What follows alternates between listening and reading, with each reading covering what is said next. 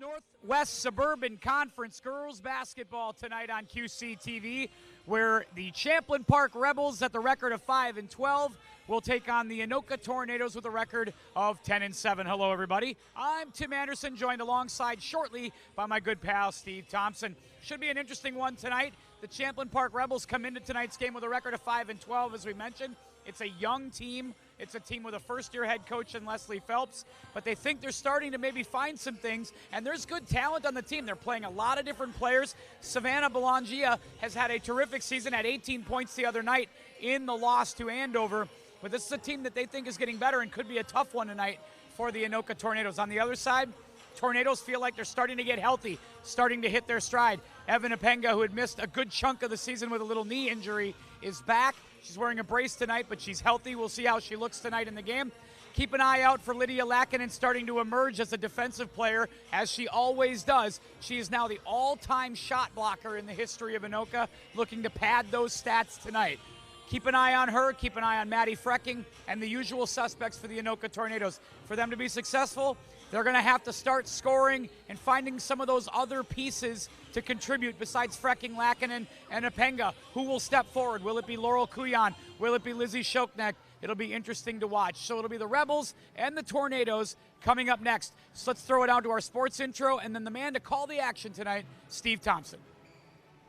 Back to the fence, and that's gone. There it is. Ace to win the set. It's caught. 20-10 touchdown. This is going to be in the gap. Score! Go to the deflection. The Andover Huskies win their first state championship.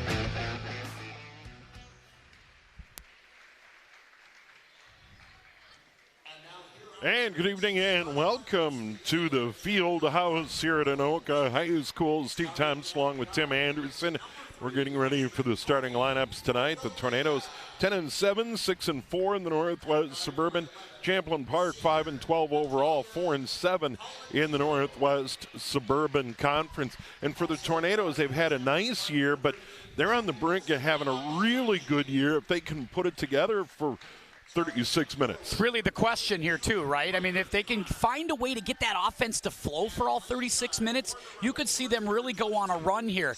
They're really, they have a lot of different moving parts. Apenga is all speed. She's full of fire the entire game. But then you got players like Lackinen and you have players like Frecking who can kind of get it done in the paint. They get those kind of greasy points, right?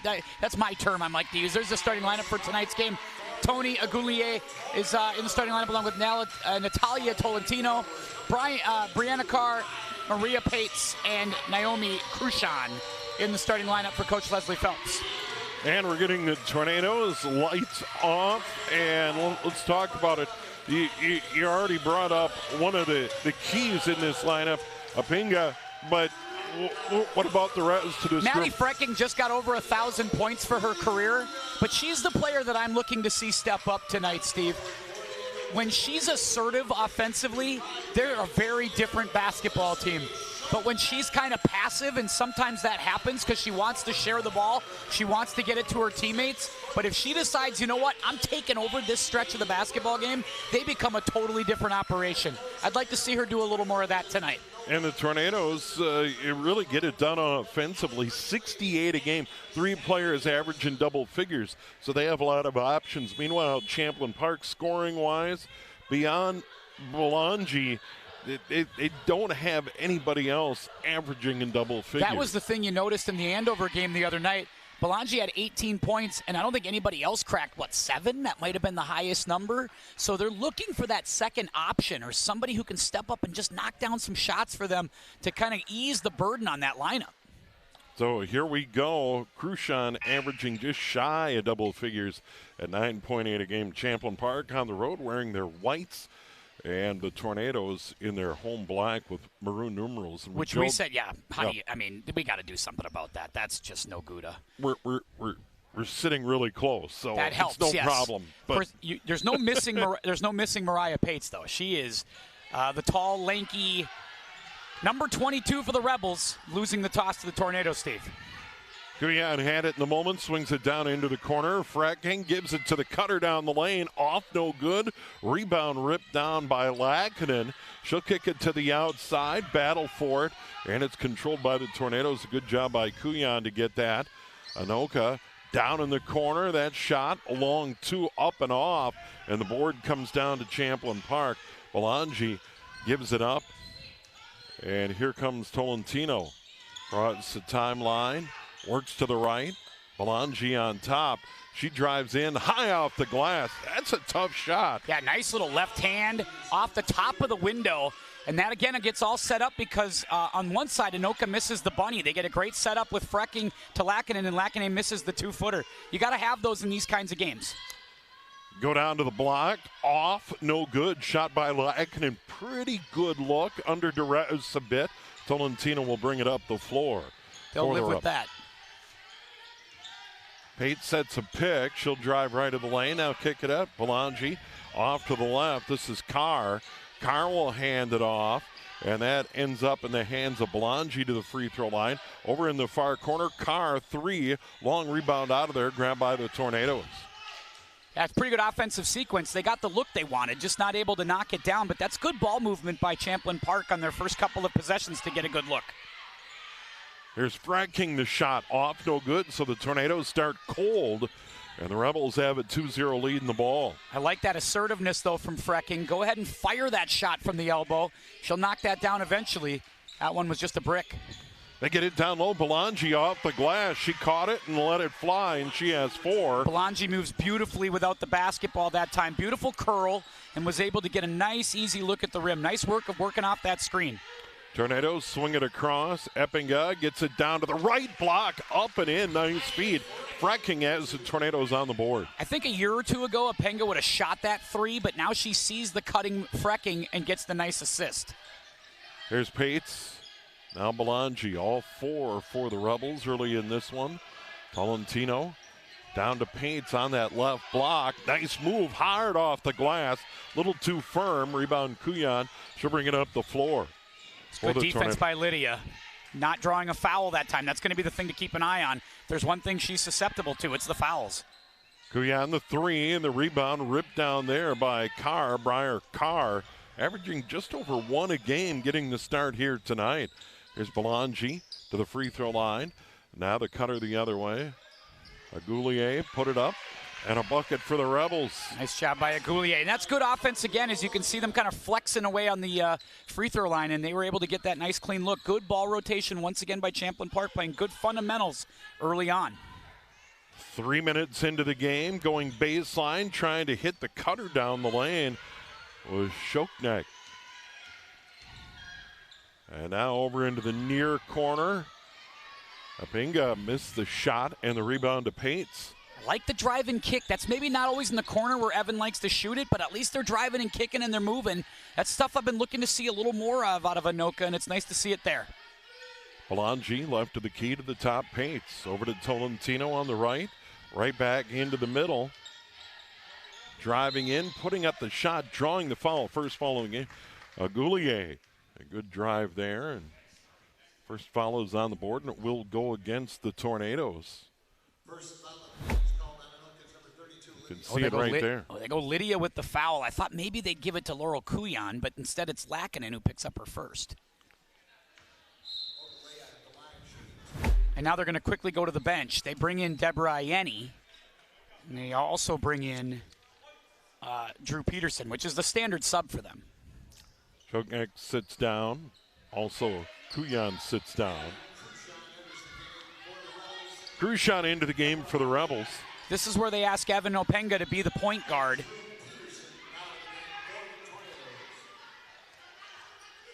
Look for her and Peterson to be the primary handlers here in the next few minutes.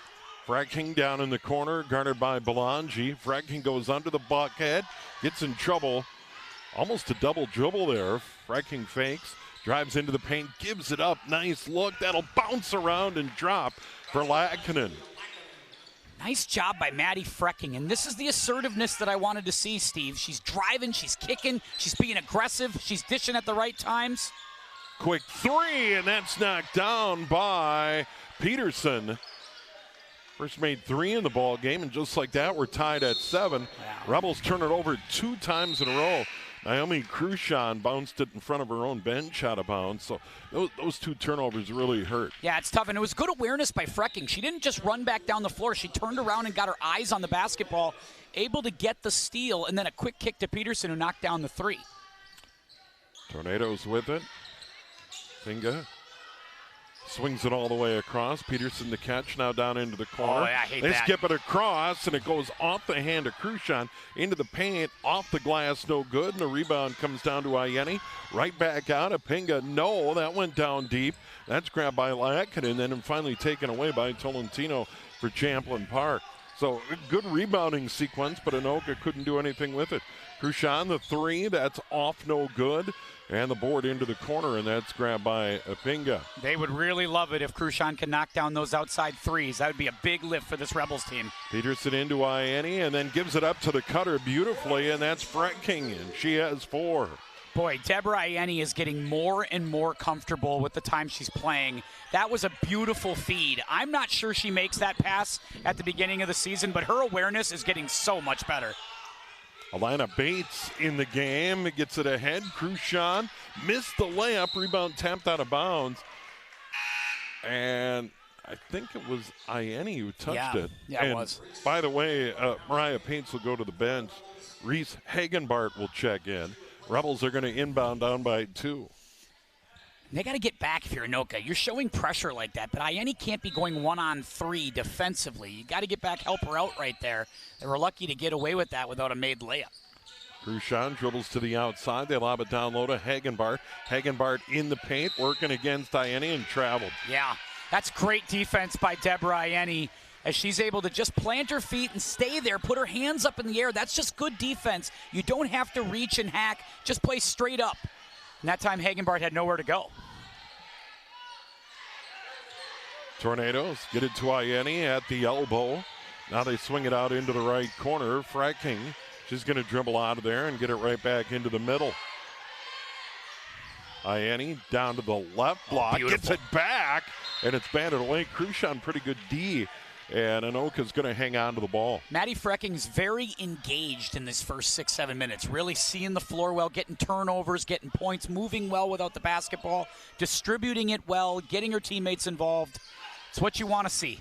Pinga gets the inbound and rattling it home is Lackett, and she has 4, 11-7 Tornadoes, 9-0 run. We talk about those greasy points. That's exactly what those are for Lydia Lackett. And get in the paint. It's not pretty, but it's effective. Bates drives in, misses a shot, got her own rebound, missed that one. Rebound Hagenbart, and puts that in. Reese Hagenbart, the sophomore. Nice job by Reese Hagenbart. They're bringing her off the bench, hoping she can come in and provide some offense and just be a lift inside, be a force. That time she cleans up the loose change. She is an outstanding lacrosse player. No one came over to guard Lackett, and she drove down the lane.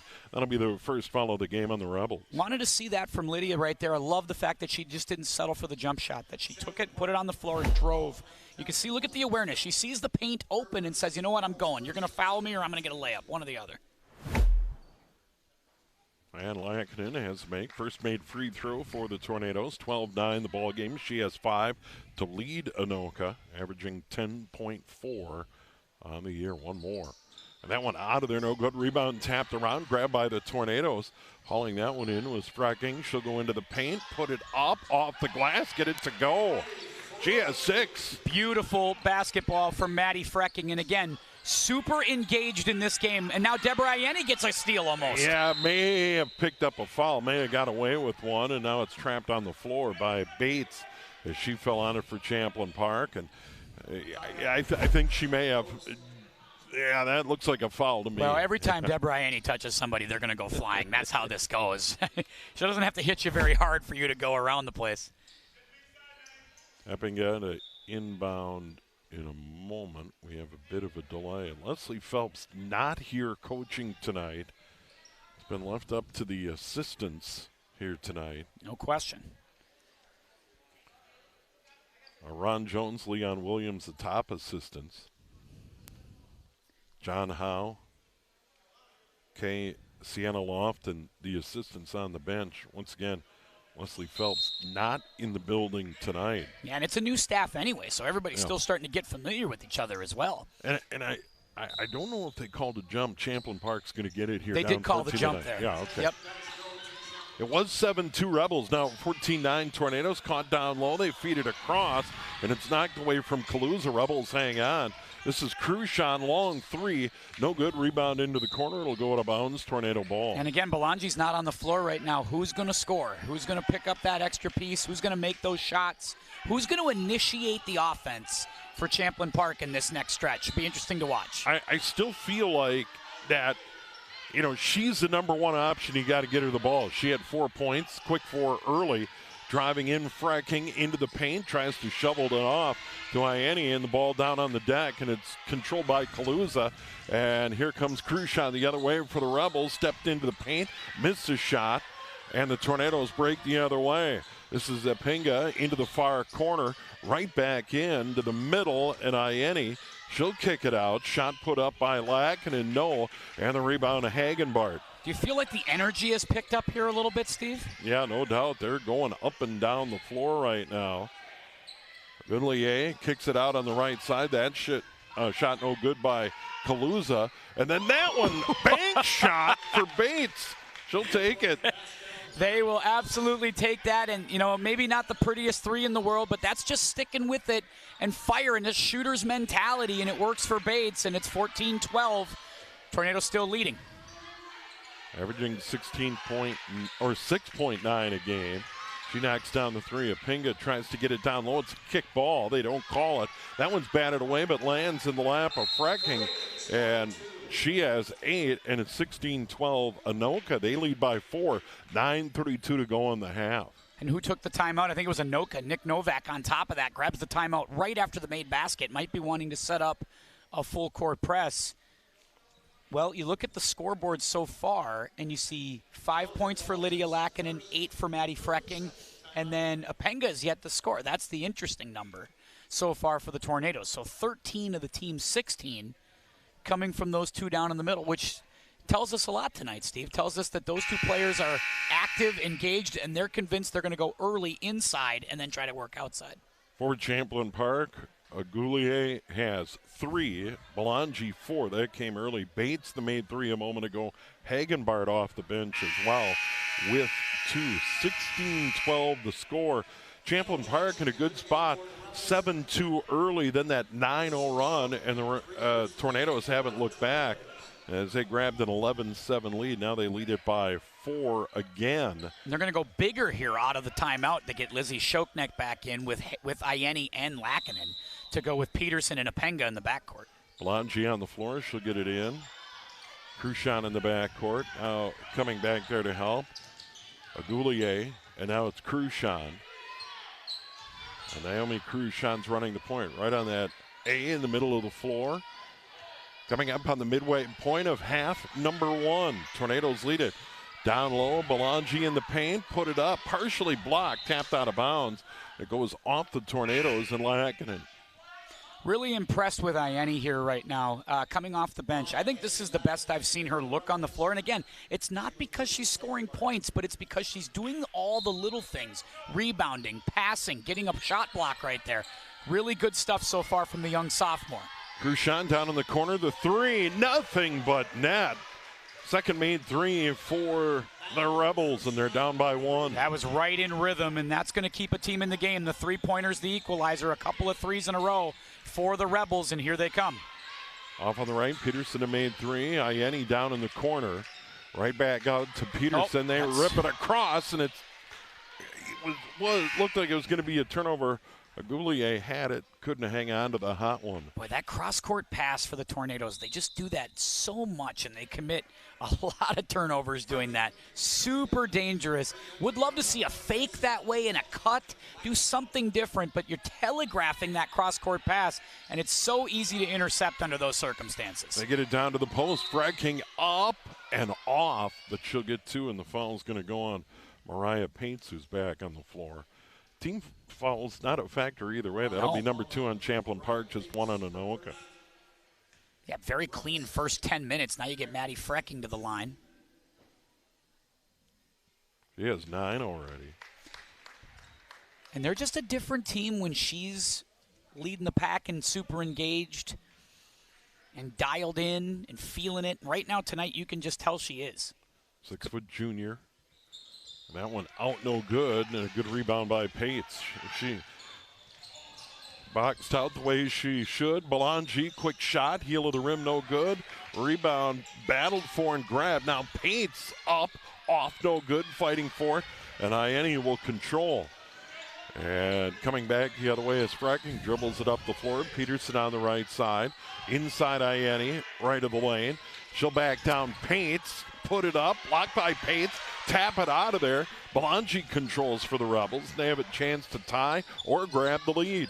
Could have got a travel on Iene because I think she was blocked right into her hands, but apparently she let it go just in enough time. Good job by Pates. Again, just standing her ground against Iene. Pates in the paint, put it up and in over Iene. That was a good post move. Oh, yeah, a little dream shake from Pates. That was pretty. Gets Iene moving one direction, counters the other way, gets the easy bucket.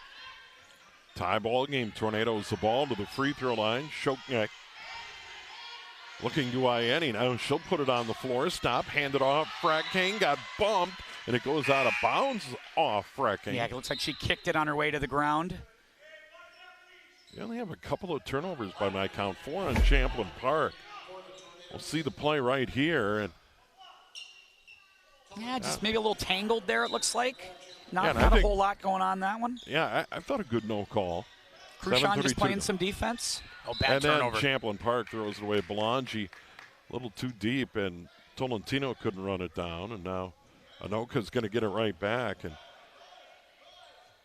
Apinga is on the floor. And yeah, they're using that 7-person rotation, basically just going off the bench with 2 players, and they just keep rotating 2 around. On the inbound, Lackinen hit the short-range jumper in the paint. She has 7. 16 of the 19 have come from Lackinen or Frecking so far for the Tornadoes. Belangi off on the right, almost a travel. Now hands it off. Carr hands it off to Tolentino. Belangi looked at a 3. Now Tolentino on the right. Right back to the free throw line. Gives it up. Carr turns it over. And now a scramble on the deck. Thrown ahead. Belangi gets back and picks it up. Now she'll bring it up the floor. 6:50 to go in the game. Off on the right side. Carr, 3, air ball, and the rebound, Shoknek. Not ideal from that corner. Probably a rush shot by Carr. You'd like to see her take her time with that one, as Briar Carr missed that one. Tornadoes have it. Work the perimeter. Swing it all the way across.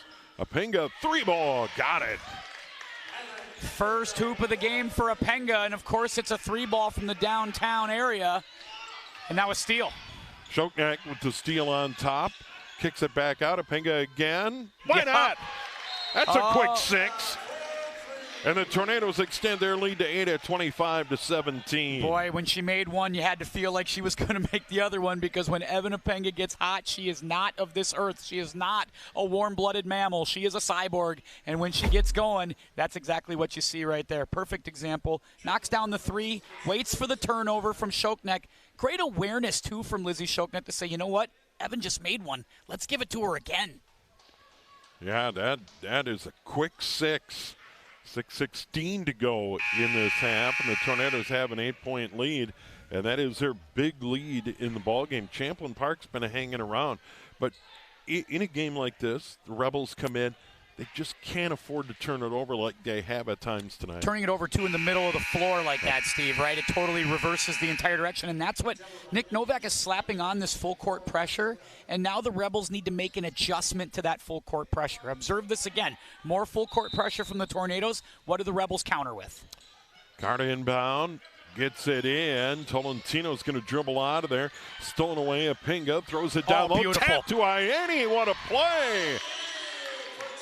And she has 2. And Anoka's run continues. They're up by 10 with 6:03 to go in the half. This is a 10-0 run. We were tied at 17 at the 7:44 mark. So if my math is correct, over 141, that's a quick 10. Very quick 10, and you still don't feel like the Rebels have an answer for the press defense yet. Like they don't have a clean set that they feel like they can run. Bates got it in, fumbled it a bit, and then double dribbles in the corner. Another turnover on the Rebels, and so things coming unraveled. You have to have spacing against the press. You got to be able to move it quickly with the pass, and then when you have the opportunity to dribble through, you got to go quickly. You can get a lot of layups that way if you can beat the press. They got to get this in. And they do get it in. Lackinen feeds the cutter down the lane. Kuyan her first bucket. Boy, this is the most together I have seen this offense this season, and I've seen the Tornadoes probably 4 or 5 times, and I love the way they're distributing the basketball together. Kuyan bats it away, and well, you would think the Rebels would take a timeout and calm things down just a bit. Oh, they say that went out of bounds off the Rebels. Yeah, they did. And another turnover. And it's this press is so deep, and they're catching point guards off ground. Good turnover. Yeah, they lob it into the middle. Champlin Park on the break. Tolentino out in the corner. Crucian, high arcing 3. No rebound fought for. Apinga comes out of there with it. She'll drive in all the way to the hole, put it up. No. And that rebound grab there by Kaluza. And then she'll give it up, and back the other way comes Bates. Maybe a few too many RPMs from Evan Apinga that time. She needed to slow that down and reset the offense. Tolentino's 3, no. Pates, a weak side rebound and bucket. Pates has 4, and they really needed that. Sure did, and Evans got a box out right there. That's an easy one for Bates to get that look right there and get that offensive rebound. And Crucian was able to get that one. I take that back. Into the lane and putting it up and in was Lackinen. Lackinen has 9 in the half. 31-19 backcourt pressure. Crucian dribbles around it, gets it ahead to Kaluza running the floor, put it up and in. That's nice from Aaron Kaluza, and that's how you can beat the press. You can get layups if you can just be smart through the press. Use the pass, get a quick dribble, move it up the floor fast. You can get layups. Kuyan over to the right. Apinga swings it all the way across. Shoknek, now Kuyan in the middle, drives. Runner from the free throw line. No rebound tap by any out of bounds. Rebels ball. You normally don't love the runner shot from the free throw line there, but that seems to be one of Laurel Kuyan's moves. That seems to be a patented shot for her. I've seen her use that a few times. Likes shooting that little runner. That time came a little long, hard off the heel. Steve Thompson, Tim Anderson, our QCTV crew. 4:23 to go in the half on the inbound. Backcourt pressure. Turned over, Apinga the layup. She has 8. Didn't take her long to get 8, did it? She didn't score for the first 10, 12 minutes, and now another steal, and how about another jumper? Long 2 in the corner, and that out of there to Kaluza. Kaluza's going to bring it up the floor. Coming up on 4 to go in the half. They swing it across. Bates the long 3. Rebound Hagenbart, and that's a foul. She pushed off. That'll be her first, 3rd on the Rebels. This is where boxing out's so good right there. The Tornadoes, I feel like, have given up some offensive opportunities because they haven't gotten the positioning and boxed out. But that time, Lydia, with a textbook box out, forces Hagenbart to go over the back. Belangi into the game, averaging 13.4, has 4 tonight. She hasn't had a lot of looks since early in the game. No, they ran a couple for her early, got the first 4 points. Now Apinga turns it over. Yeah, in front of the Champlin Park bench. Pretty good pass by Kuyan, just took her eye off the ball. Well, I think Evan was thinking, can I catch this and shoot this right away? Because she is always looking to do that. It's like a hot potato. Yeah, quiet start, but 8 in the last 4 minutes or so in the game. They skip it across. Bates down to Hagenbart, and then it is knocked away. Peterson was there defensively. Good job by her. And the Rebels will inbound. Yeah, that's a layup if Peterson doesn't cut that off. That's good spacing by Champlin Park to allow themselves the opportunity to get a shot there by the rim. Peterson just made a nice play. They get it to Belangi on the inbound, and Belangi put it up and in. She has 6. Good to get her involved. Anoka by 10 to the free throw line. Look down low. Lackinen. And that was Frecking. Kicks it out. Epinga gives it right back. That was a nice play and a bunny for Frecking. She has 11 points. And when you're a threat to score, they have to respect that, and that brings the pressure. The help defense comes on Apinga. It's a wide open look for Frecking. Belangi off a nice feed from Hagenbart across the lane. And they answer right back. Still 10-point game coming up on 3 to go in the half. Here's Lackinen on top. Now Kuyan way outside. Right back down low to Lackinen. Up, off, and the board comes out of there to Bates. Bates will bring it up the floor. Kick it out in the corner. Belangi will catch. Drive to the free throw line. near the block. Now Crucian, she'll drive in, blocked out of there by Lackinen. Crucian had the nice crossover. I thought she was going to get the chance to break down the defense, but a good job by Lackinen to stay home that time and deflect that out of bounds, give the Rebels another opportunity with 23 to shoot. Take another look. Look at that nice little move, and then Lackinen just sends it away. Rebels will inbound. Crucian in the far corner. Belangi. They lob it to the outside, and it's caught there by Bates. Lana Bates will hand it off. Crucian crosses over, put it up, blocked out of there again by Lackinen. Pretty good post D, and now it's Frecking up the floor, down the lane, scoops it, no, and the rebound to Crucian. She'll get it ahead. Here's running the floor, Kaluza. She has 4 points on the fast break. Maddie needs to have a little awareness, though. You're not going to get a lot of bailout calls in a 1-on-4 situation. That's why you didn't get it. This is from downtown Anoka. Apinga, her third three. She has 11 just like that. 38-27. Right back the other way, Kaluza. Belangi now to the middle. Crucian, they're going to slow it down with 2 to go in the half. She'll go right into the paint, putting it up and getting fouled, and that's Jada Stanford on the floor for the first time, and that foul's going to go on Lackinen. I believe that's number 2 on her. Yeah, and I would go ahead and just sit her for the remainder of the half. You're up by 11, and you don't want to see her pick up a third. And then again, a game that's only had a couple of fouls in it. There's Lydia with 2 of them. Yeah. I'd like to see those fouls get dispersed a little more evenly. Stanford short on that one. We'll get one more. 38-27 our score. Tornadoes had built their lead as high as 12. If you're Champlin Park, you're happy if you can be 10 or less heading into halftime. But you got to think, Steve, that this is not the pace they want to play Anoka at. This high-scoring affair where you're going to need a lot of people to contribute buckets. Frecking got the board off the miss, drives into the lane, kicks it out. Apinga again, that's out of there, no good, and the board comes down to Stanford. And she'll give it up. Crucian up the floor. Belangi caught it barely. She looked at a 3 down in the corner. Kaluza nails one. Kaluza has been fantastic off the bench. The young junior has come in and given them a nice lift here in this first half, as I believe she's got 7 already, Steve. She does indeed. Here's Peterson on the wing right. They get it down low. It's Lackinen near the block. Right of the lane. Lobs it outside. Peterson. Still plenty of time on the shot clock. 15 to go. 1:10 in the half. Apinga on the right side to the elbow.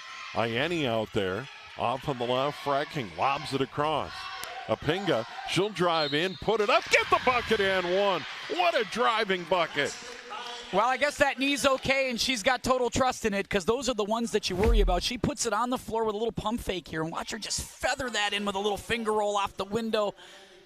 Gets the deuce and one coming. That's beautiful basketball from Evan Apinga. And again, she gets that because you have to respect the three-point shot. Well, on Crucian, her first, 4th on Champlin Park. Just 2 fouls on Anoka under a minute to go in the half. 41-30 the ball game, so she completes the and one, and what a half it's been for her. It's really just what a last 6-7 minutes really is what it's been for her. Just fantastic, and another steal. Rebels give it up again. 38 to go in the half. Frecking, wing right. Now hands it off. Here's Peterson, lob down low. Ianni near the block, up, off, no good. Gets the rebound back, and now it's tied up. Stanford tied it up, and the Tornadoes are going to hang on with 26.3. Shot clock at 15. Those are 2 bunnies you got to have if you're Deborah Ianni, and I think she knows that. When you get that kind of look, you got to knock those down. Peterson 3 ball, nothing but net. She's sneaky from the outside. You cannot let her sit open because she will knock them down. Does it again. Tornadoes their big lead at 14 in the half. 12 to go. Lob down low. Catch by Stanford. Up with the left hand and in. That was a pretty play. Good feed in from Kaluza. Apinga from near half court. Almost went. Wow. She ends up with 14 and a half. You know, and she was wanting that shot, too, from that distance. There was no doubt. The good balance from the big three, Steve, right? Lackinen has a good first half. Frecking has a good first half. Apenga finishes the half strong. They all contribute. It's a really fun half of basketball for the Tornadoes. One of the best halves I've seen them play all season long. High scoring, low fouls. What more can you ask for? That was great. Yeah, Peterson chipped in 6 off the bench, 2 made threes. Tornadoes lead it at the half here on QCTV.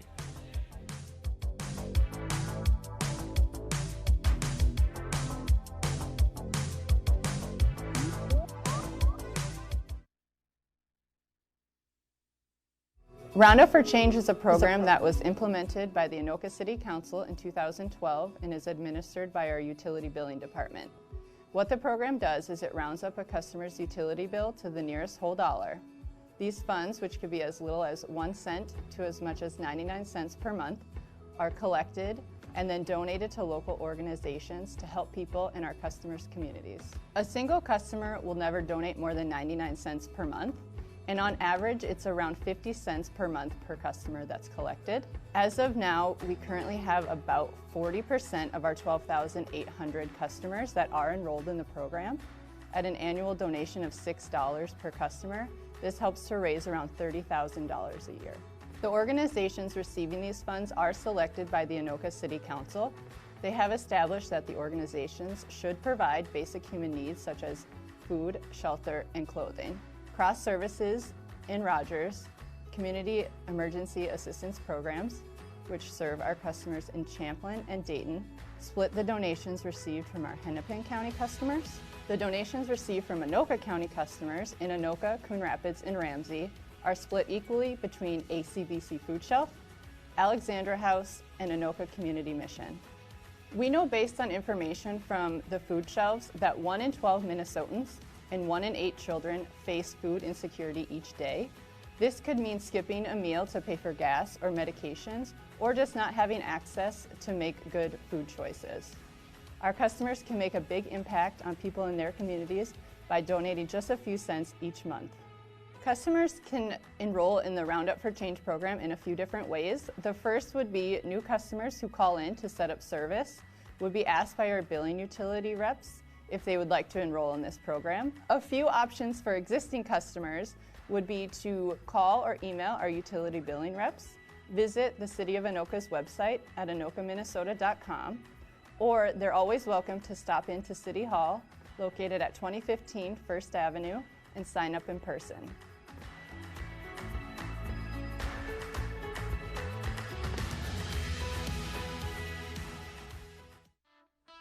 The Andover's Fun Fest beer tent, or the typical pancake breakfast. Well, the Andover Lions have something new this winter season. Whether you call it cornhole or bags, the Andover Lions invite you to their first annual Lions Bags fundraiser.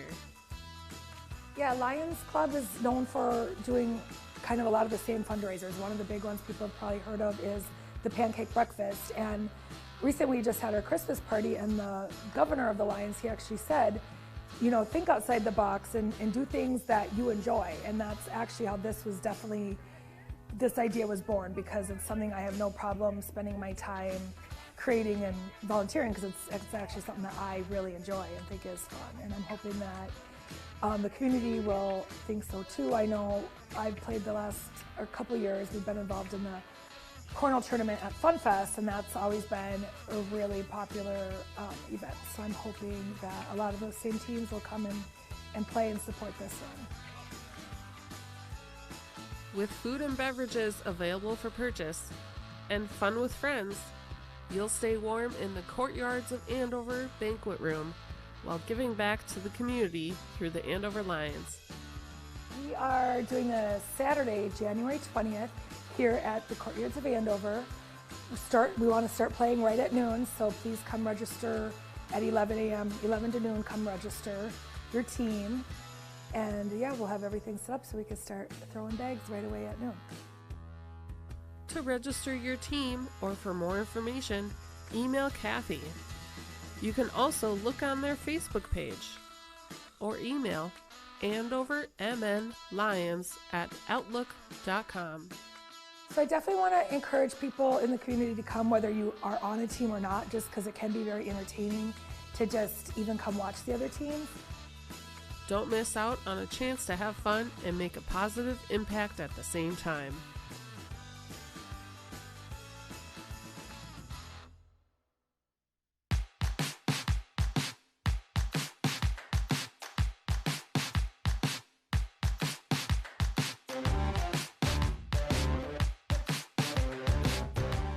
Looking back on 2023, we had an incredible year in the city of Champlin.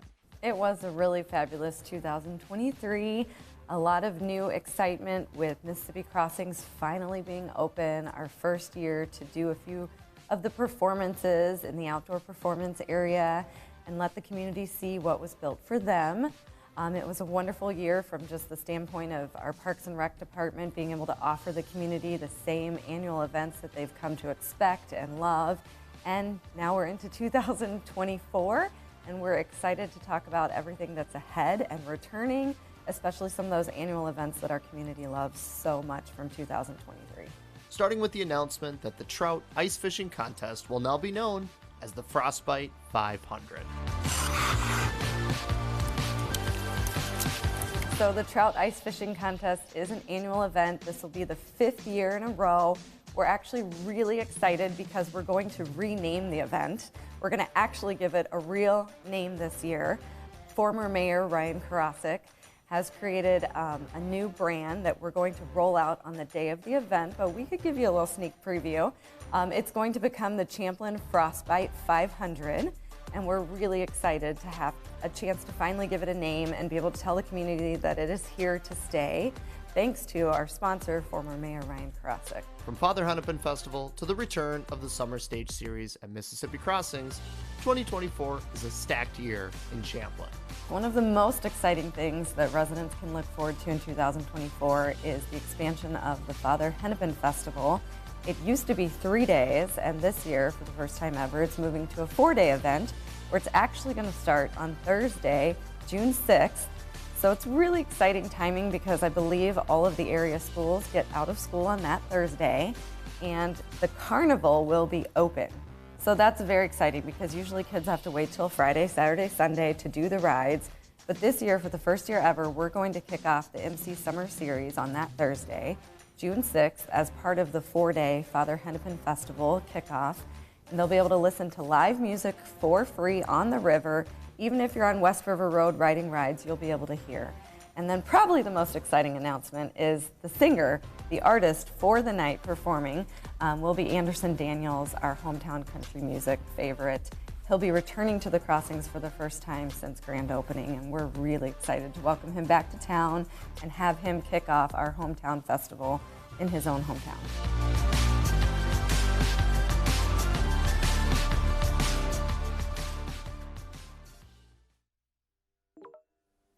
Instead of sending a text or email, maybe try something else, like grabbing a piece of paper and your favorite pen. Dear Doris and Arnold is a pen pal project for senior citizens and assisted living residents.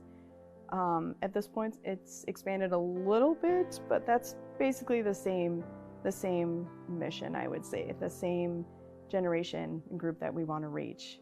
It started during COVID because of a lack of connection, just lack of being able to see people and just communicate. And that was the goal, was to communicate with them. With a little paper and ink and some help from the Postal Service, friendship can span many miles and many years. My goal is to keep it going, to keep it continuing, to not forget about it. And I do add some more places from time to time. At this point, it's more adding individuals than places, but same goal, showing them that.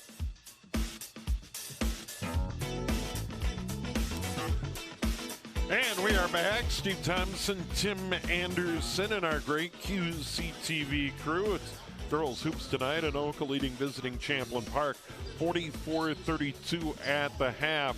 This game really turned when Apinga started to heat it up. Yeah, she was explosive like a thing of C4. I mean, she just went bananas, started knocking down threes from all over the place. But if you look at the first half recap, Lydia Lackinen and Maddie Frecking early on got things going for them. They were able to feed Frecking and Lackinen from the paint, and then after they established that, they got it going from the outside.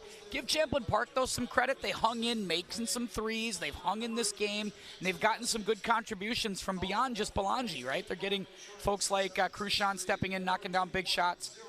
Thought Ayeni contributed nicely for them. There's Pates with a little turnaround jumper. So it was a good first half across the board. It was a clean half, other than some turnovers. Beautiful touch pass right there to Deborah Ayeni from Lydia Lackinen. And it was nice to see Deborah coming in and really doing some nice stuff. And then, of course, as we mentioned, Evan got going as we finished the end of that half, started knocking him down from the outside. Yeah, and serious range late in the half. As a matter of fact, she had 3 made threes, a 3-point play, and a made 2 on her way to 14. That came over the final 8 minutes of that half. Yeah, she was held scoreless for the first big chunk of that half. But she has in the gym range, and she can heat up at a moment's notice. So Champlin Park, trailed by as many as 14. They'll get the ball here as we start half number 2. Agoulier, Tolentino, Belangi, Carr, and Pates, and we got another turnover right there. Yeah, double dribble by Tolentino, and she cannot do that. As you know, she picked up that dribble and then tried to quickly put it back on the floor, and that's just kind of a lapse in judgment, or maybe she thought a pass was going to be there that wasn't there. They go zone. Anoka's got it there in black, front corner. Pinga drives in off the glass, and it'll fall. She has 16. What a start. Her first step is so fast, Steve. I mean, she just takes off and goes. Tolentino hands it off. Now they swing it over to the far side, now to the top. Belangi, high arcing 3, no. And the rebound, Frecking. Andy Frecking's going to bring it up the floor. 3-on-2 all the way in, put up the runner and draw the foul. That'll be on Belangi. Savannah Belangi will pick up her first. She's not the tallest player in the world, so when you see somebody like Frecking coming at you, and she can dish it at any time, but just decides to go straight up. Not much you can do, but she does the right thing. She gets enough of a foul there to get that shot from going in and denying the three-point opportunity. Frecking at the line, 1 for 2, 11 points in the ball game. And that one will fall. It was more than just the points, though, from her in the first half, I thought, Steve. I thought she distributed the ball well, thought she was able to cause some turnovers, really filled up all the intangible pieces of the stat sheet.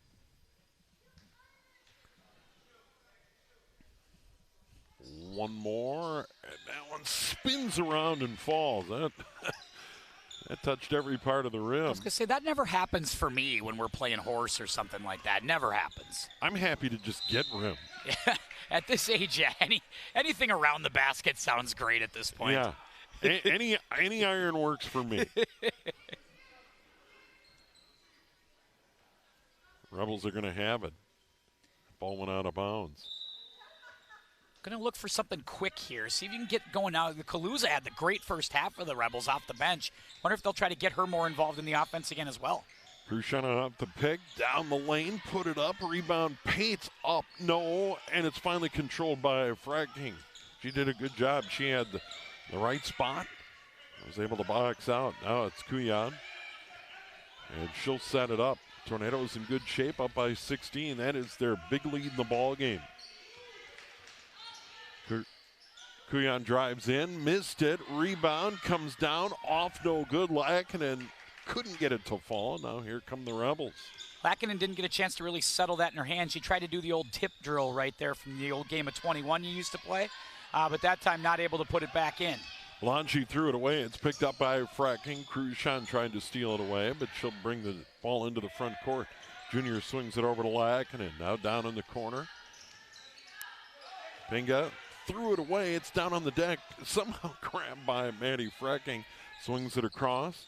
Pinga drives in, gives it up in the paint. Shot a little short by Lackinen, and the board goes out of bounds off Belangi. And the Tornadoes are going to get it.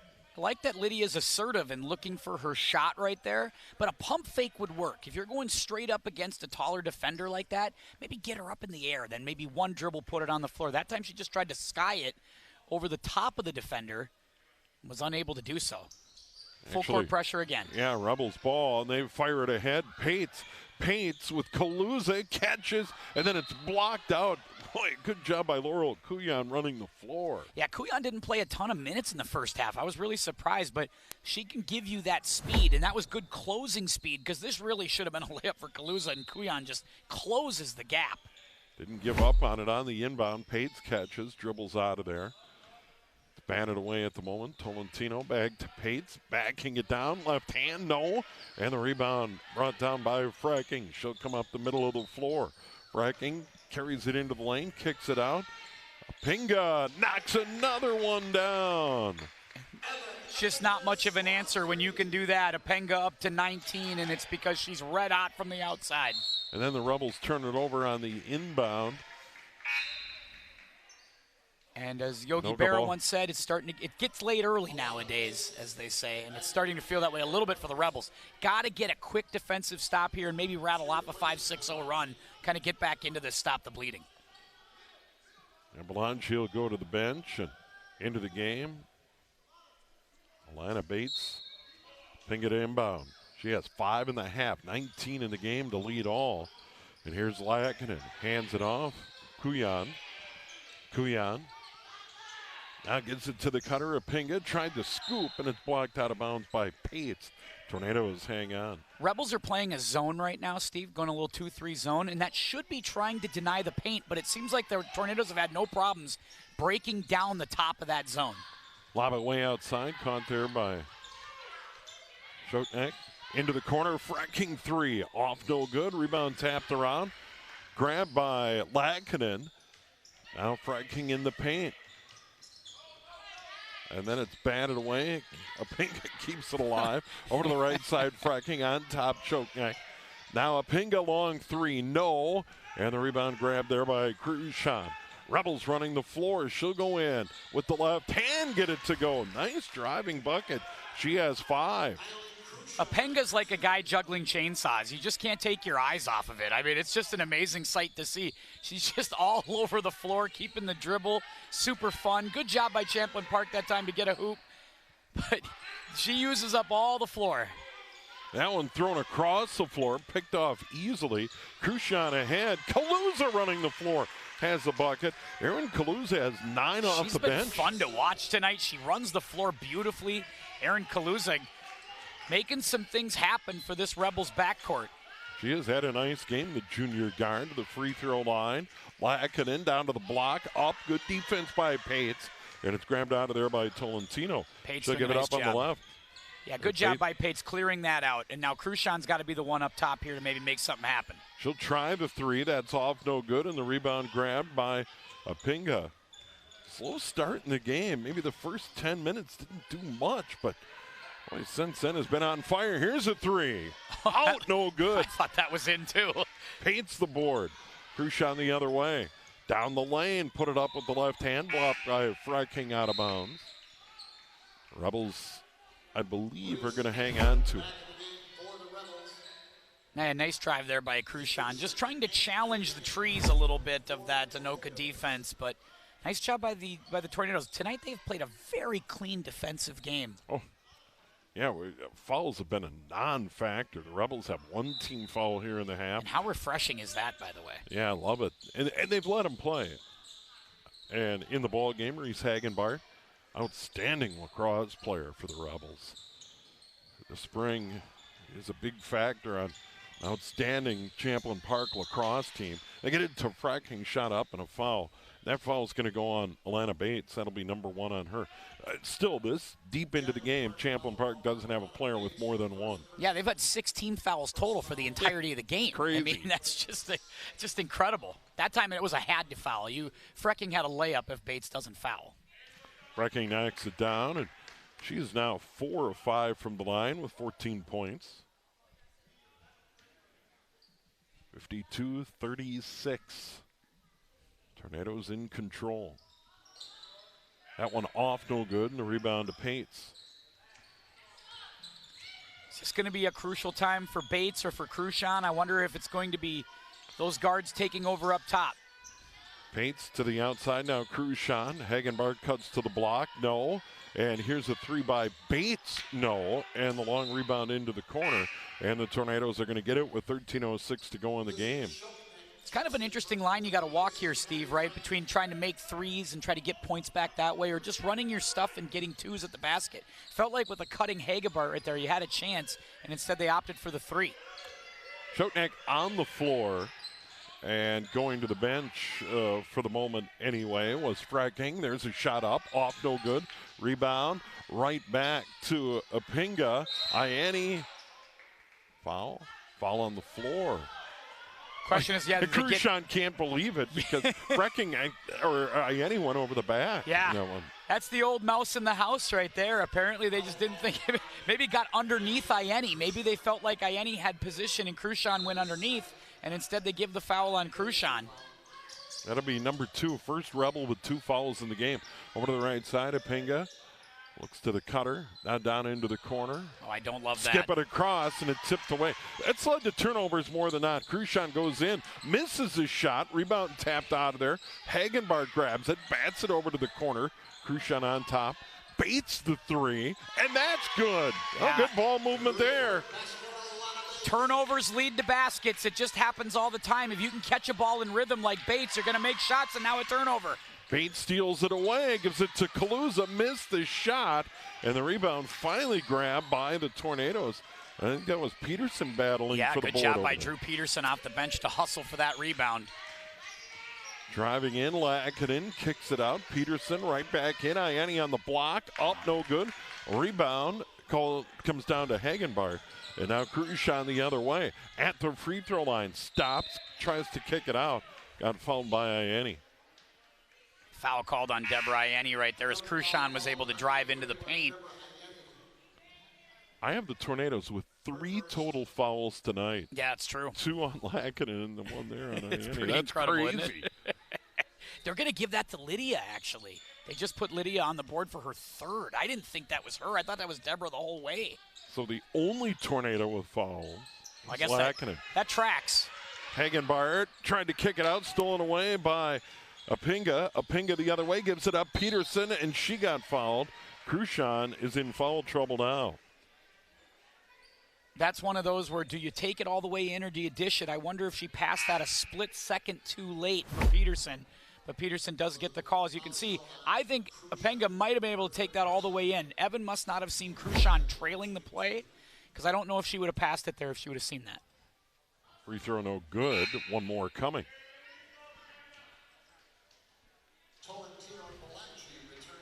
They go back to the original starting backcourt with Belangi and Tolentino.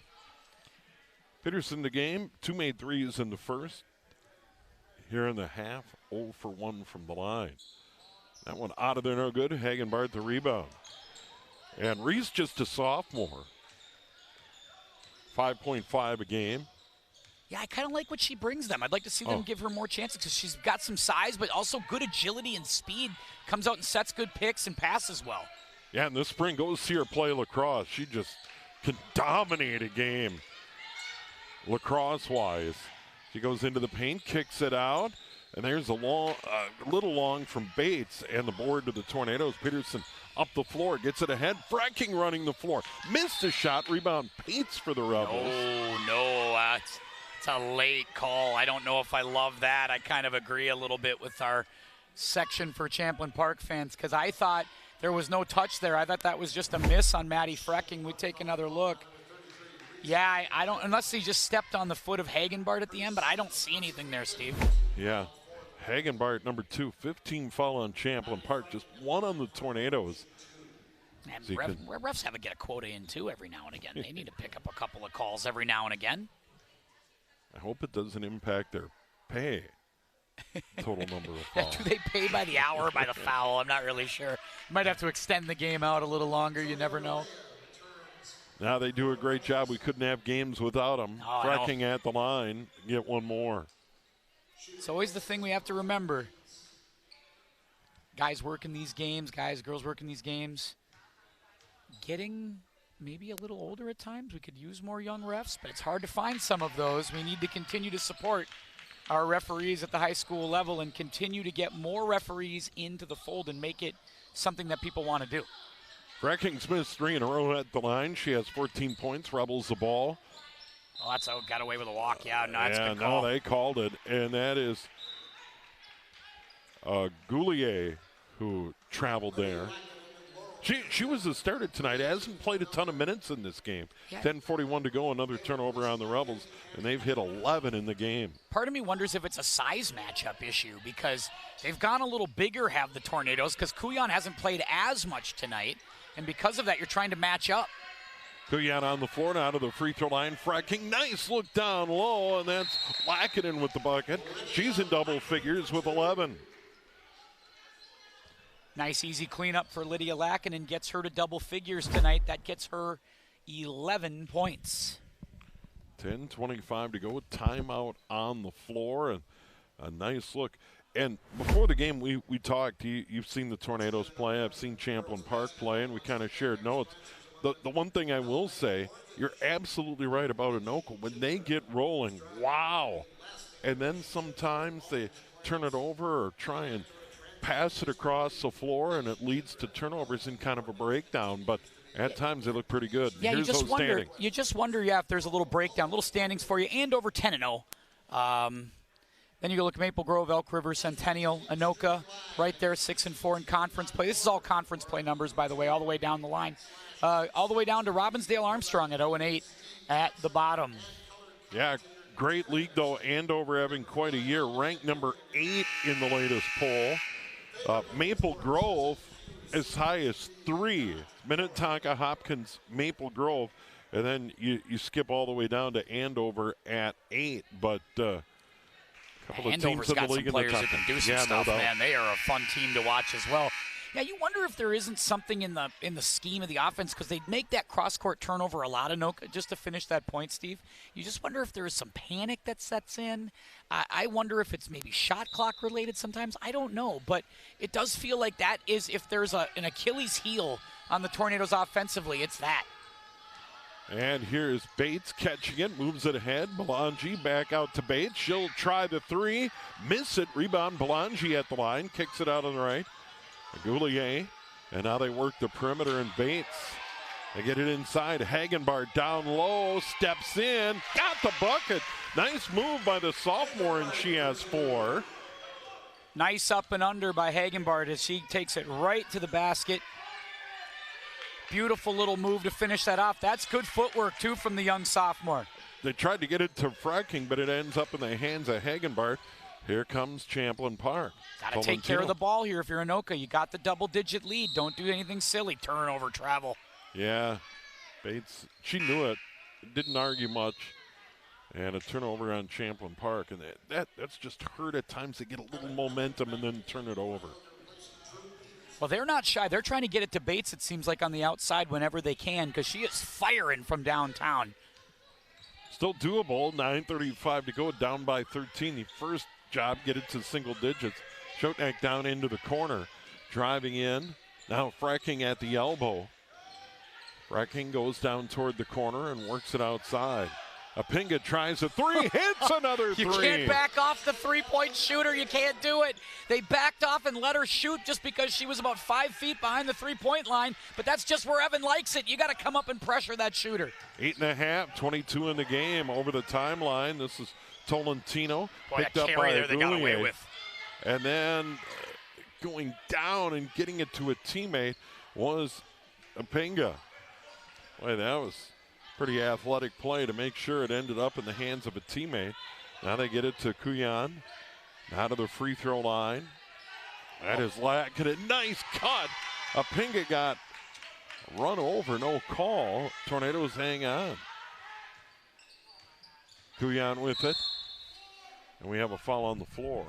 That'll be number 6 on Champlin Park. Anoka just 1 foul in the half. Yeah, they have broken down this zone defense pretty much at will tonight. And it's really because of the speed of Apinga moving without the basketball. And also Kuyan moving without the basketball there. We saw that on that last sequence. Apinga's driving and moving without the ball. And because of that, you have to account for her. And she's breaking down the inside of that zone. The Goulier, the foul, that's the 6th. Turnover on the Tornadoes. They run the break the other way. Goulier the catch, put up the shot, drew the foul, and is going to get 2 here. 16-point game for the Tornadoes. Goulier does the right thing, draws the contact on Kuyan, and then just throws the shot up. Gets the free throw opportunity that comes with it with 8:26 to go. Goulier hits a shot. She was 1 for 2 from the line, 3 points in the first half. And a timeout taken for Champlin Park in the middle of the free throw set because I'm sure they want to get up and set defense here. Maybe they want to throw a full court pressure on here, Steve. Yeah, and see if they can force some more turnovers. But the Tornadoes have been in command. They led at 44-32 at the half. And, once again, great balance, a lot of scoring option. And now for the Rebels, here's what's coming up for them. They'll play your Cardinals at the end of the month. On the 30th, it's coming up quick. The tough guy town, the School of Hard Knocks. We like to talk about that. As you know, Robbinsdale Armstrong as well. And that's so some games coming up for Champlin Park where they can maybe get some wins and get right. Armstrong having a tough year. Mounds, who's going to be a challenging game as it always is. Then you're at home 4 of the next 5. So you got to feel good about that at your Champlin Park. And there is a stretch for the Tornadoes as well coming up schedule-wise. At Rogers, at Coon Rapids. They got some tough ones looming in early February, certainly with Elk River and Maple Grove. Yeah, it's not quite a Valentine's Day, is it? That's not going to be a lot of love there. They're going to have to really work hard for that one. But if the Anoka Tornadoes play this kind of offense, they can hang with a lot of teams. If they can run this type of system where they're unselfish and they're setting screens and they're playing for each other, you're seeing a lot of that tonight. This is, again, one of the cleanest games I've seen the Tornado girls play, certainly this season, but maybe in the last few. Yeah, I just think the home run pass is one of those that really stands out to me. Make the sure thing and limit turnovers. Goulier hit them both on both sides of the timeout. So they show kind of a little baby press, like a 1-2-2. And Kuyan gets it over the timeline on the deck. And is that an over and back? Yes, it is. Yes, it is. Sure is. And Evan's trying to say it was deflected. But I think they got this. And Nick Novak thinks it was deflected as well, but they take the call. Apinga trying to make her case. By the way, she has 5 made threes in the game, 22 points, and was silent for the first 10 minutes of that first half. So, just came alive. Yeah, and then she steals it away, and will get the layup. How about that? 10 in the half. Boy, those 24 in the game. Those are backbreakers if you're the Champlin Park Rebels. You get a turnover, get a chance to get a hoop here, turn it right back over, give up a layup. Now you're chasing 16 again. Melange had her moments, drives down the lane, put up the runner, that rattles out no good, and the rebound comes down to Frecking, and then we got a foul on Champlin Park. Yeah, the Rebels caught the Tornadoes without a switch right that time as they were jumped up and jumbled after they set all those screens. Coming off the screen was a wide open look. They just didn't finish it.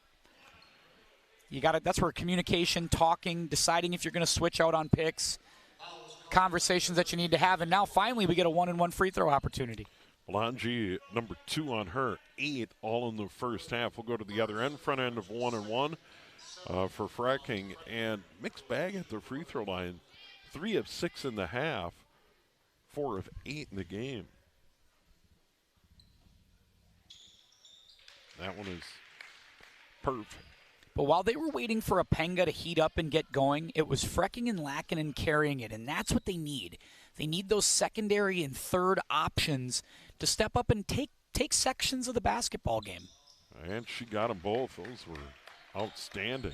All her points in the half, 5 points. Free throws. She has 15 now in the game. 16 in the game, excuse me. That one skipped across. Apinga almost picked it off. Rebels are going to hang on. That's where you're just running your offense like you normally do, and you think there's going to be the outlet pass there, but the problem is that's telegraphed by Pates. If she picks up her dribble, which is what she did, she has nowhere to go with it. So she's throwing it cross-court, and Apinga saw it from a mile away. 3 in double figures tonight. Lackinen has 11, 2 in this half. It's really been the Apinga show in the second half as she's gotten red hot from the outside. Pates outside, now to Bates, long 3, and rattles it home. She's not shy, Steve. She's going to shoot threes. If she's got to look from the outside, she's firing, and she does it again. 3 made threes, 9 in the game. Kuyan tried to get it over the timeline. No, stolen away. Crucian right of the lane, got bumped, no call. Out on the left, swing it into the corner. This is Kaluza. That one misses everything, and the rebound of Pinga. That could have been a big swing. Could have been a big swing, but Kaluza comes up with the air ball. They caught Kuyan in a trap right there at midcourt. I don't think Laurel saw that coming, and oh man, what a... And then she just threw it away. Just careless. You can't baseball pass. You got a two-hand pass from up top. When you're up by 15, take care of the basketball. And just too many of those mistakes. Peterson into the game. Cuyano set. Under 7 to go in the game. Tornado's still in good shape, up by 15 here at home.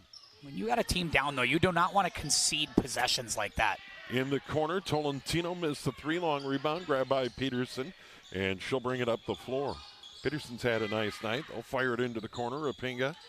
Pinga catches, works it inside. Lackinen put it up. Almost traveled. Probably should have traveled. Yeah. That thing was on her hip pocket. Gershon back the other way, down the lane. Dribbles out into the corner, right back at it. Throws up a tough shot and got it to go. She had 7. That was that might get the choir singing right there. That was a bit of a prayer. That was something, that shot there. Kaluza almost stole it away. Peterson. And now to the middle and Lackinen. Peterson outside. We really haven't been in trouble shot clock-wise at all tonight. These teams have been playing at a breakneck pace, and now if you're Anoka, you might as well burn some clock. Frecking drives in, had it stripped, goes out of bounds. That was Bates who put her hand in there and knocked it away. Now you got 7 to shoot, and that's a conversation for Nick Novak to yell here. Hey, you got 7 seconds. You got to work. It's plenty of time. You can do something, but you can't kind of dilly-dally around. You got to make a good decision. Tornadoes up by 13. Belangi comes into the game. And if they could get her going, there's still time. Anoka trying to hang on for their 11th win of the season on the inbound. Peterson outside. Got to go. 3 seconds. Got to go. 3 on the shot clock. And then Frecking got fouled by Bates. Wow, right there. Elena Bates had a chance at a steal that time, and it looked pretty close. I thought she might have got all ball. We'll take another look and see if she got some ball. Oh, yeah, on the arm a little bit. Oh, man, I don't know. Kind of let them play most of the game. That's usually a let them play kind of play right there. Frecking to the line, and she's been at the line a ton in this game. And that's a shot clock bailout right there. That one off, no good, front end, but the rebound, Shoknak. Out to the outside, Peterson, no. Rebound, Ayeni, no. And then Pates controls for the Rebels. Ayeni has missed about 3 or 4 of those bunnies tonight. You got to have them. Belangi can't hit the layup. Ayeni the board. And she'll outlet. And Shoknak will bring it up the floor. Give it up on the wing. Here's Peterson. Peterson underneath. Good look. Frecking with the bucket. Just somebody asleep at the wheel for Champlin Park, allowing Frecking to run free on the back door. And then back the other way and a foul in the paint. And that's going to be a charge on Crucian. I think that's number 4. It is. Boy, I think Deborah took one on that one, and Ayeni's going to try to walk that off. And I'll tell you what, you're going to feel that in the morning if you collide with Deborah Ayeni. And it looked like Ayeni might have got the worst of it as you take a look. Oh, I see what happened. Oh, that's what happened. So Peterson takes the charge, but then Ayeni gets collected in that. Yeah, Peterson took the brunt of it. But then while that's happening, looks like Ayeni got rolled up on, but she seems okay now. Although she's still limping. Yeah, if she's limping, let's get her out. If you're Coach Novak, I think you want to sit Deborah Ayeni right here.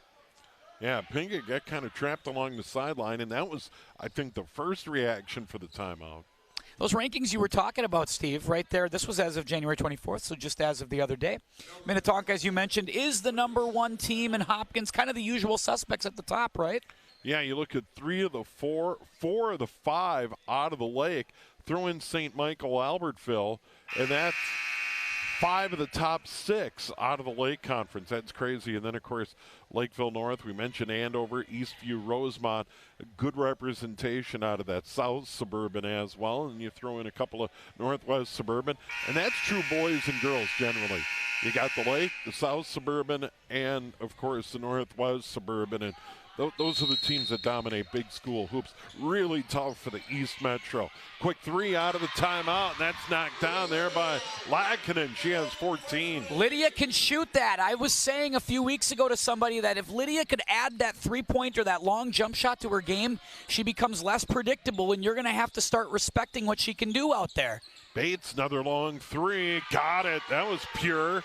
She has 4 made threes and 12 points. Yeah, the net didn't even move on that one. Beautiful from Elena Bates, as that seems to be her spot. If she can catch it between the circles, I think she's money from out there. Here's Peterson, works up a pick, almost slipped, almost traveled. Now Ianni, free throw line down the lane, put it up. No, and the rebound, Lackinen, no. Anoka keeps it. Apinga, how about that? Scoop shot falling to the floor. It's Evan falling and sprawling all over the floor, but making shots, and that's exactly what she did in that moment. And that was a huge basket. They needed it, and she comes through for them once again for her 26th point of the night. Ianni fighting for the board with Belangi, and they're going to call the fall on Belangi. She can't believe it. Yeah, I can't believe that either. When you get a matchup like that of Belangi versus Deborah Ianni, you almost have to kind of got to give the little player some credit there and take another look as he comes in. And I think she's got, it's a bit of a tie-up, but I don't see much there. I really don't. Ianni at the line, 2 points tonight, but has been a factor in this game, there's no doubt. No doubt about it. She's played a very good game in a lot of ways, but she's got to become a finisher. That's what will add a piece to her game. She's got a nice free throw right there, good shot. But if she can start to become a finisher at the basket, everything starts to click now. Her awareness was really good on the floor tonight. She has some assists. She's got some blocked shots, got some rebounds. And if she starts to become somebody who can clean up the loose change underneath, she's going to become unstoppable. That one out of there, no good. Cruz on the board, and she'll push it up the floor with 3:45 to go. Got it ahead to Belangi, couldn't handle it out of bounds. Another turnover on Champlin Park. Just an off night for her. She's the leading scorer for Champlin Park, but Tornadoes have done a good job. She had 8 points all in the first half. Well, they went to this full court pressure, and when they did, it really seemed to change the tenor of the game. And it kind of took the guards out of it. Anoka trying to get it in. They go off the leg of Bates, and they'll do it all over again. 3:43 to go. As Champlin Park showing some aggressive full court pressure here. This is still a 1-2-2, but this is a pretty aggressive full court pressure, and they get the turnover. Yeah, how about that? And that is a shot put up and off there. That was a miss by Crucian. And now the Tornadoes, Apinga. I would slow down right here. I would slow it down. I would not run it too fast. Kuyan drives in, put up a tough shot. No, paints the board. Crucian's going to fire it ahead, and that's stolen away by Fracking. That was just a home run pass that had no chance. And again, it's that breakneck, it's just almost like you panic. Down low, catch there, up and in by Lackinen. She has 7.5, 16 in the game. Tornadoes by 20 with 3 to go. The big three living up to their name tonight for the Tornadoes. Crucian, 3, almost banked it in, and the rebound of Pinga. Slow it down if you're Anoka here. If you're Coach Nick Novak, you're saying, let's use some clock here. Everything's on our side. We're up 20. Fracking down low, Lackinen the catch, dribbles out of there. Looking to Ianni, catches it right of the lane, down to the block, put it up. Good job by Pates. Grabs the rebound, outlet Bates. Pates to Bates. Pates to Bates. And wonder if Bates will be looking for a 3 again. If she can get that shot in her sweet spot, we'll see what happens. Belangi to the top of the key. Crucian down low, Pates the catch, up short. Good defense there by Ianni. And now it's Apinga bringing it up the floor as we close in on 2 to go. Get it ahead, caught Fracking, lob down low, put up, no. Lackinen stays with it, dribbles out of there. Yeah, take your time here. You got 17 to shoot as you didn't draw iron on that first one. Kuyan in the game and got fouled. That foul's going to go on Tolentino. Number 2 on her. Champlin Park over the 10 foul limit. So Tolentino will pick up that one. And at the line is going to be Kuyan at the line. She has 2 points tonight. Yeah, it's been kind of a weird one for Laurel Kuyan tonight. She hasn't. It almost seemed like they wanted to play kind of a bigger lineup and went to more press. And again, it took the ball out of the guard's hands. So she didn't get nearly as many looks as I think she's usually accustomed to. Didn't see her handle the ball as much as I usually see her do it as well. Missed that first free throw. And one more for her, and that one's much better. But Laurel's got the best hair on the team, so we can continue to roll with that. 72-51, Tornadoes in command, 1:50 to go. Rebels the ball. Tolentino out on the right, Kaluza. He's had a nice game with 9. Drives in, left of the lane, lost the handle. Ayeni grabs it. And now coming the other way, Lackinen. I thought Kaluza gave them a ton in the first half. Haven't been able to give her as many looks. Great backdoor. Fracking the layup. Nice feed. Beautiful. She has 20. 74-51.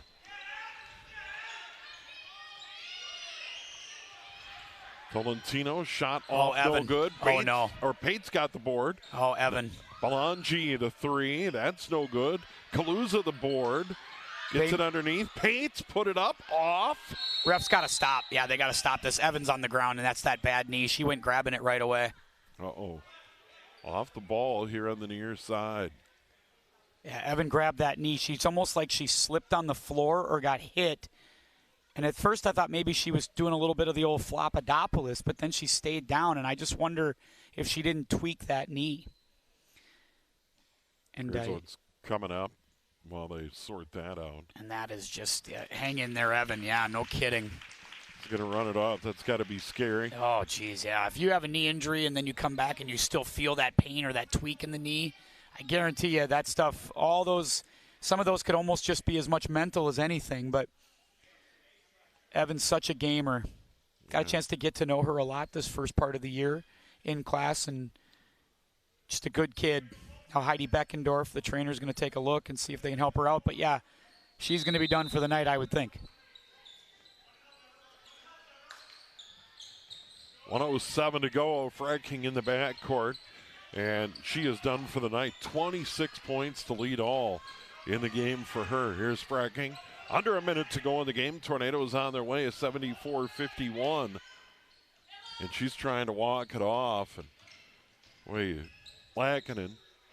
Now it's Ayeni. Out of the middle, Peterson. Fracking, 10 to go on the shot clock. She's going to drive, back her way into the lane, try and get a shot away, put it up, and get the bucket. She wouldn't be denied.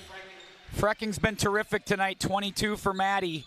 One of the problems you have with somebody like Evan is she only knows one speed. She plays hard the entire way, even when you're up 22-23 and you don't want to take any chances. That's just not in Evan's DNA.